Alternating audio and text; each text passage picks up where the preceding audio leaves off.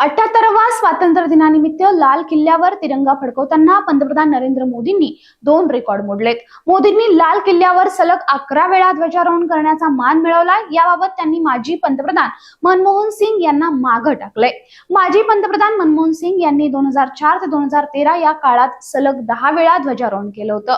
तसंच स्वातंत्र्य दिनानिमित्त मोदींनी लाल किल्ल्यावरून देशवासियांना संबोधित करताना 97 मिनिटांचं भाषण करत आपलाच विक्रम मोडला।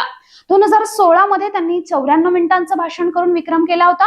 स्वातंत्र्यानंतर पंतप्रधानांनी केलेलं हे सर्वात मोठं भाषण आहे। 1947 मध्ये तत्कालीन पंतप्रधानांनी 72 मिनिटं भाषण केलं होतं।